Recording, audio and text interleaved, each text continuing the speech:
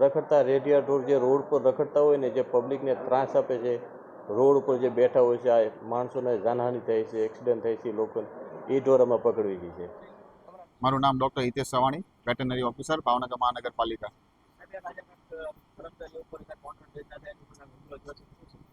આજે સવારે ભાવનગર મહાનગરપાલિકા તરફથી રખડતા ઢોર પકડવાની કામગીરી કરતી MSDC ઇન્ફ્રા એજન્સી જે છે એ BMCના કર્મચારી તથા પોલીસ સ્ટાફ સાથે રખડતા ઢોર પકડવાની કામગીરી કરી રહ્યા હતા.